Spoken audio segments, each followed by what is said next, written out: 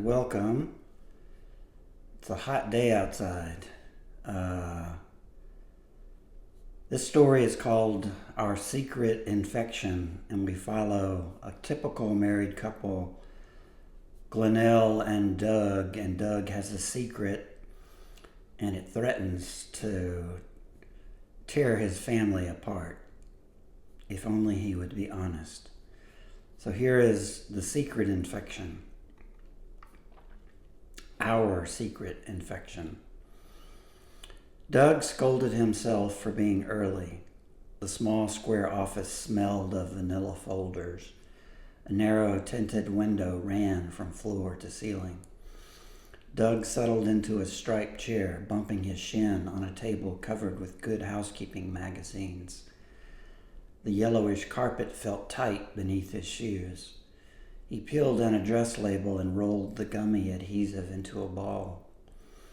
In her car, Glenelle imagined ways she could bring it up. Her brother had you-know-whated, or so she had gathered one evening long ago amid shouting from his bedroom. He had never married and always seemed so aloof. He lived in apartments, didn't like tomatoes, and drove a car made from a kit. The gate lifted and she pulled into the parking deck. At 2 minutes till 2, Glenelle pecked on the office door. Doug frowned and brought his index fingers together. She tried the knob and peeked in. She smiled when she saw him. He pinched the knot of his red tie. "Are we early?" she said. She had had her brown curly hair done and there was just a hint of glitter in her eyeshadow. She wore a turquoise pantsuit and black loafers. No matter how hard he tried, Doug knew that her head was too small and that others must think the same. It might not have been so bad, but there was also the underbite. "Early? Not that I know of," he said. His knee hurt and he uncrossed his legs. They sat for 3 minutes and McIntyre's door opened. Glenelle stared as a woman with a tissue and red eyes thanked him. He laid his hand on her padded shoulder as if holding her to the ground, and then set her free at the door like a balloon. "You are the Barbers?" Clifford McIntyre put his hand out to Doug and nodded to Glenelle. McIntyre wore knit slacks and a light blue shirt without a tie. His silvering hair looked thick, each strand the diameter of a pencil lead. "Are we on time?" said Glenelle. "Right on time," said McIntyre. He extended his hand as a directional arrow into his office. "Do you need a break?" said Glenelle. Before we get started." Doug formed his lips into an O, hoping to commiserate with McIntyre. "Actually, I was going to get a sip of water, but you can have a seat and I'll be right back. Can I get you anything? Hot tea?" "We're fine," said Doug. He didn't care for hot tea. "We're fine," said Glenelle. She gazed through the slim tinted window at the traffic below, crawling from one red light to the next. "From the street, these windows look like mirrors," she said to no one in particular. A bookcase and a small cloth couch sat on one side of the coffee table, with a faux leather swivel chair on the other. A small desk and filing cabinet filled a corner. Chilled air poured through a yellowed plastic grill in the ceiling. Doug could tell it needed cleaning, that touching the fuzzy gray film would explode it into a million ragged chunks of dust loaded with bacteria of the worst kind. Glenelle sat in the middle of the love seat, straddling the two cushions, which became a shallow V. Doug sat down on her right, and the V became a lazy backward L. He nudged her with his hip, and she scooted to the other cushion. "This is a nice office," she said, and placed her purse under the glass coffee table. "It's a bank building," said Doug. He squinted at a needlework thing framed on the wall. He couldn't read it. He scratched his thigh through his slacks, and Glenelle put her hand on top of his. Stop scratching, she said. Doug worked in human resources at the hospital and had told her about the terrible problem the hospital was having with MRSA, methicillin-resistant Staphylococcus aureus, when she looked it up. He had suggested she write a children's book about it, maybe a young adult novel. You're getting Lauren, right? Said Doug. Lauren was Doug's 16-year-old daughter adopted by Glenelle. Honey, we talked about that last night, said Glenelle. Lauren's bras were 2 cup sizes larger than Glenelle's. Okay, just in case, just to be sure, said Doug. McIntyre floated into the office. Everyone okay with us today? Well, said Doug. He didn't want to speak for everyone. Aside from the traffic, said Glenelle, leaning forward as McIntyre lowered into his swivel chair. Which reminds me, how do we go about payments? We can pay each visit, right? Doug wanted to touch his tie again. After each session, a check is fine. I've never fooled with credit cards. The fees and so on, said McIntyre. His wife had said he could make more money if he took credit cards, especially Visa, because everyone had a Visa. She had just gone to the mailbox and held up 2 unsolicited credit card applications as if proof. Thank you so much. Glenelle also wanted to verify that each 45-minute session was $95, but decided to wait.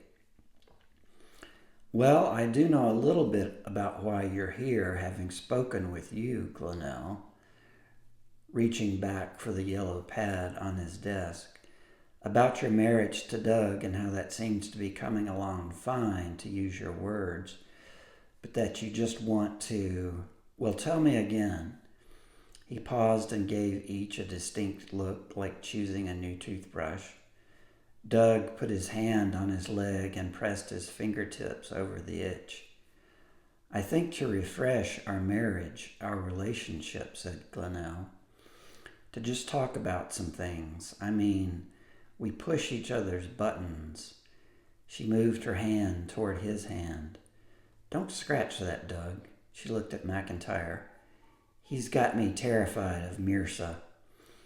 Doug could tell McIntyre needed help. MRSA, drug-resistant bacteria in the hospital that's cropping up. MRSA, MRSA for short. That's why I avoid that sort of thing, said McIntyre. Neither Doug nor Glenelle knew what he meant. So, the marriage is working, but you want to make sure, said McIntyre. Yes, to make sure, to take a closer look, just in case, said Glenelle. In case of what? Said Doug. Well, that's what we're here for, said McIntyre, to see if there is a what or maybe what's. He paused and tapped his pad with the pencil's eraser. You have a daughter. He said daughter slowly. Lauren, said Doug. Glenelle rolled her eyes. She's 16 and the boys are coming out of the woodwork. Well, yeah, said Doug. What does that mean? Said Glenelle. She had perused an online quiz recently. The 10 questions concerned masturbation. Doug kept a bottle of unscented lotion in the bathroom, and there was a hotel sampler in the shower. 16, teenage girl, said Doug. His hands supported a large, invisible punch bowl. Well, these boys, Glenelle brushed an imaginary crumb on her blouse. Girls and boys, said McIntyre, as if everything were coming together. He stifled a wink at Doug. Do you have a plan? Are you in agreement over how to monitor her behavior and her friends, these boys? I wouldn't really say that, said Doug. He wanted to say that Lauren was the least of his worries. I mean, we disagree sometimes, don't we? Glenelle folded her arms and McIntyre jotted a note. She touched her left breast to her breastbone, her left hand to her breastbone. Lauren is very sexual. Sexual, said Doug. He scowled. He preferred pretty over sexual. Her body, it doesn't matter what she wears. Glenelle leaned back. What? Doug leaned forward. McIntyre intervened. So here is one of those whats we were looking for. Glenelle, do you feel that Doug is out of touch with your feelings about Lauren's sexuality? Exactly. The quiz on masturbation had linked to a quiz on cheating husbands. The first question concerned cell phones, specifically wireless earbuds. When Doug wore the earbud, she couldn't hear it ring, and he could pretend no one was calling. She hated the earbud. But honey, I'm a guy. Doug had discussed this very issue with his best friend Lawrence over and over, and he knew exactly what Glenelle would say next. What does that mean, I'm a guy? You could be a turtle and Lauren would be just as out there, whether you were a guy or anything else. As a teenager, Glenelle had kept a pet turtle. It had lived for 9 years, and now she wished that she had used a different analogy. But I am a guy. I see it like guys see it. Glenelle had begun to sneak cigarettes a month or so ago. It was so obvious that Doug was embarrassed to mention it. He didn't really care as long as she didn't smoke in the house or the car. Do you like what you see, other girls her age? Said Glenelle. The cigarettes were in her purse. She had succumbed at the writing conference in Austin at an outdoor cafe with Jane. Jane had published 12 children's books, all with beautiful illustrations. Doug hesitated. He tried not to shift his gaze. Lauren is a beautiful young woman. I'm her father, and I can say that. Glenelle held the invisible bowl. Doug, that doesn't answer my question. She worried that McIntyre thought she was being difficult and gave him a look that said just that. She stared at Doug's wedding ring. Was that lotion around the band? McIntyre intervened again. He had hoped to keep the session more abstract, but inevitably things turned to sex. Tell me, Doug, one thing regarding Lauren that you and Glenelle agree on. She has to be in by 9 on weeknights, 10:30 on Saturdays, and 9:30 on Sundays. Glenelle nodded but added, Doug, though, is bad about letting her come in late on Sundays. Doug said nothing. Well, let's get back to you guys. It's tough raising a teenager, and you're in agreement on at least one point. I would say keep talking about it. He clapped his hands together as if to initiate a new relationship. In the shower, Doug watched the water run over the red streak on top of his right thigh. He had mowed, weeded, trimmed, and raked the weekend before, and then spent that Monday, Memorial Day, covered in sunscreen, lounging beside the pool. He should have bathed after soaking in the hot tub with his brother-in-law, but it was late, and before he knew it, he'd gone 3 days without a shower. Another spot just above his knee was hard, painful, and felt hot. He washed his legs with care, taking longer than usual. In the steamy stall, he dabbed on antibiotic ointment, planning to watch it for a day or two.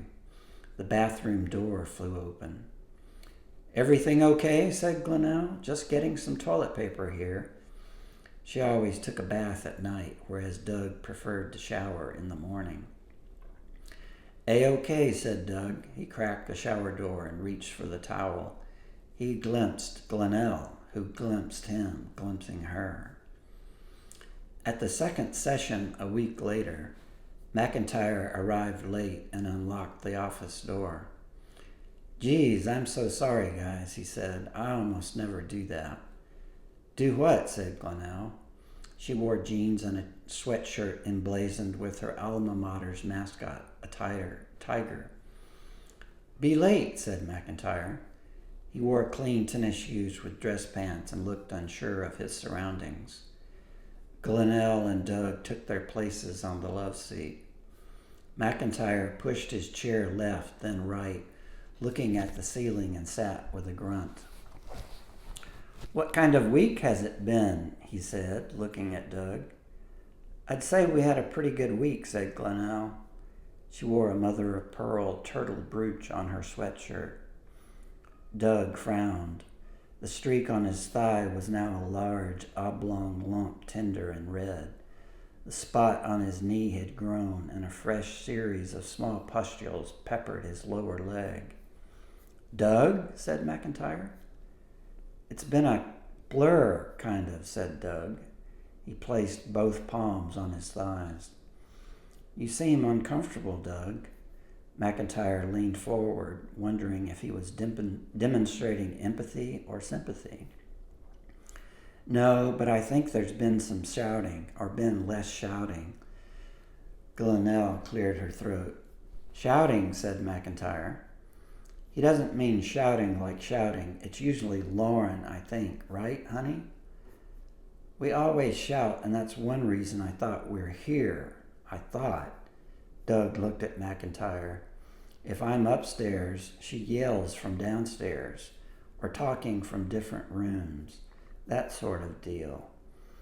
Glenelle dipped her weak chin to her chest, her neck tensed. If he were going to lock the bathroom door with the exhaust fan on, she would continue to shout. "Oh, so shouting not in anger, but trying to talk when you're in different parts of the house. Would you like to work on that?" "Exactly," said Glenelle, nodding her head. Goosebumps marched across her arms. The 7th question on the quiz had asked about the presence of pornography in the house. That was laughable, of course, but what about Doug's subscription to Men's Health? Those ads with nearly naked women in them. Doug's earbud beeped and he reached for the phone on his belt. "Doug, take that thing off." "I forget it's on," said Doug. He pulled it out of his ear and dropped it in his shirt pocket. "I'll have to confess I don't have a cell phone," said McIntyre. "Good for you," said Glenelle. Doug pressed his lips together and glanced at the air duct above McIntyre's head. "Does your daughter ever comment on the shouting?" said McIntyre. He jotted a note, drew a triangle inside a triangle. "She yells at us to stop yelling," said Doug. He wondered what ibid meant. He flipped the end of his yellow tie and pushed his right shoe into the carpet. He was on the brink of going to the doctor about his leg.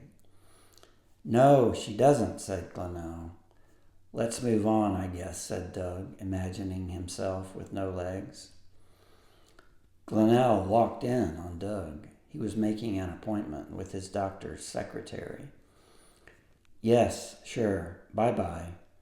Doug winced. He had started saying bye-bye when Lauren was born and had never been able to shake the habit. "Don't hang up because of me," said Glenelle. Her chin seemed so small in certain light. She was in her green robe and freshly bathed. She worked part-time as a church secretary. "Who's picking up Lauren today?" he said. "I thought you were," she said, working her wet hair with her wet fingers. "You have any Q-tips in your bathroom?" he said. He had used all of his dabbing ointment on his 24 sores, and the 2 original sores were alarming, becoming purple. The one on his knee felt like a small egg.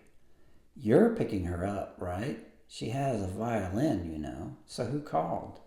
She fluffed a pillow. "Q-tips or not," said Doug. She opened his sock drawer and moved things around. Doug was 3 days into his antibiotic. His doctor had whistled and snapped on gloves before touching his leg. It was MRSA, and the antibiotic was clindamycin, big green capsules 4 times a day. Difficult to hide from Glenelle. He was as embarrassed as he was mortified, stopped going to the gym, and wore long pants despite the heat. Thus far, though, his sores looked exactly the same, unchanged, and he was on edge. At McIntyre's office, Glenelle arrived at 1:45 and Doug at 2:05. The same woman, leaving at 1:55, sobbed louder than ever. McIntyre had walked her to the parking deck this time and returned at 2:08, a patch of dark sweat on the back of his short-sleeved silk shirt patterned with gray swirls. "I'm so sorry about that," said McIntyre. He chided himself for saying he was sorry when what he meant was, "I apologize." "Divorce," said Glenelle. The woman looked familiar. "I can't really say," said McIntyre. "That's confidential, Glenelle," said Doug. He wanted to tell them that the drugs weren't working, that the doctor wanted him to take the full days of antibiotics before trying something else. He had begun to fantasize that his immune system was on the blink, that he would dissolve into a sticky puddle. "Where shall we begin today?" said McIntyre. Doug decided he might as well get his money's worth. "Well, what really bugs me," and he looked at Glenelle, "is that I get 0 credit for doing yard work. She assumes that since I enjoy it, that doesn't count toward anything." He lowered his elbows to his knees. During an 8-second silence, McIntyre wrote conflict and drew a series of nested V's. There was something about Glenelle's chin that bothered him. He drew little circles. "But what about intimacy?" said Glenelle. "Intimacy?" Doug looked at the ceiling. "Does my attitude towards your yard work make you less interested? Because you and I both know." Glenelle felt fresh, like a refrigerated daisy. "And maybe you like doing laundry." Doug felt pale, like room temperature catfish. McIntyre squirmed. This very thing had been an issue with him and his first wife. She had had a weak chin as well. By Friday, Doug's leg looked worse, even with the antibiotic. He had checked around and there was a new drug, but doctors were reluctant to prescribe it to anyone with a $10 copay. At nearly $2,000 a treatment, physicians were prescribing at least 2 conventional antibiotics before issuing Zyvox. That night, after a long shower washing his legs with a surgical-grade cleanser, Doug locked himself in the bathroom and applied a prescription ointment to each sore. They itched like crazy and hurt. Before emerging into the bedroom, he slipped on a pair of nylon sweatpants. The overhead light was off, and Glenelle lay under the covers, her chin lit by her reading lamp. Lauren was spending the night with friends. "My, what long showers we take. And at night?" She stood up with the maroon spread clutched to her chest. "Just feels good, and hospitals aren't the cleanest places in the world." He wanted to die. "Are you limping, honey?" "Maybe a little, probably from sitting at my desk all day." "Come here." "Why?" "Tell me why you love me." "What?" "It's just a game, plus I may have a surprise for you." She let the spread slip to the end of her breasts. They fell to the sides of her chest as if she kept them tucked under her arms during the day. Doug couldn't think. "I've been having diarrhea," he said. It was the antibiotic. "Oh, really? Come here and let me rub your shoulders, or maybe you rub mine. You're coming to bed, aren't you? Is your tummy still upset?" "I took something." Doug sat on her side of the bed. He let her put a hand on his back, and she squeezed his shoulder. "Do you love me?" "Of course I love you." "I think seeing the counselor is a good thing, don't you?" "Can't hurt, I suppose." She made a wrong answer sound. Doug's leg loomed in front of him, and he worried she could smell the infection. After a secret visit to the ER on Saturday, Doug was on cloud 9.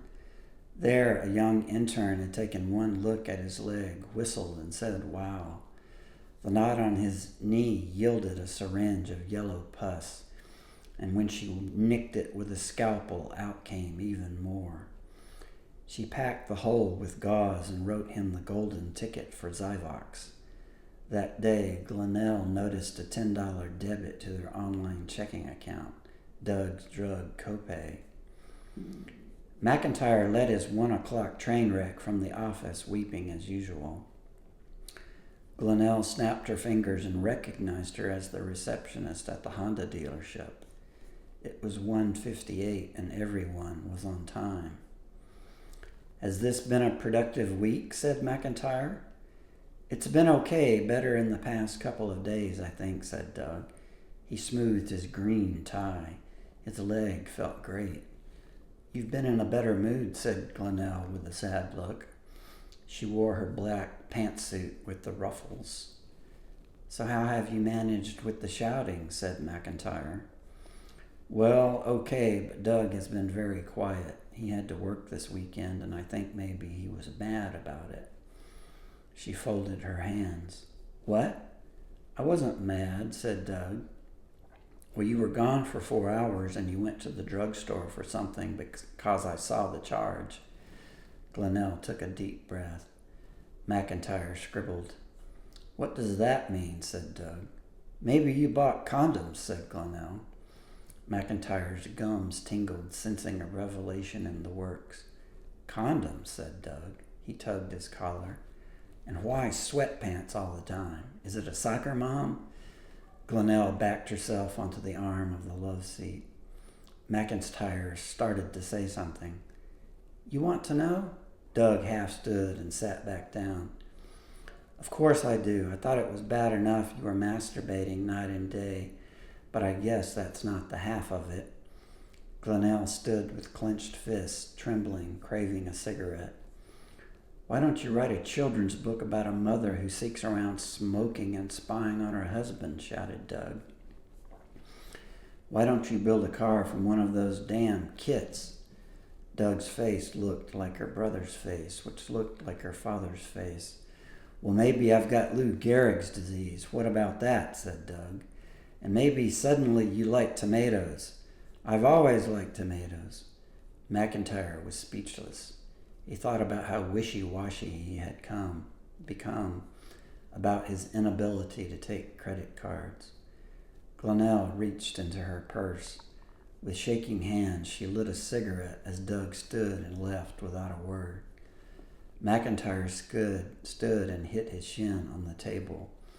He paused at the narrow window behind Glenelle and stared with her at the cars crawling below. He put his hand on her shoulders and said, "I like tomatoes, but not in a salad."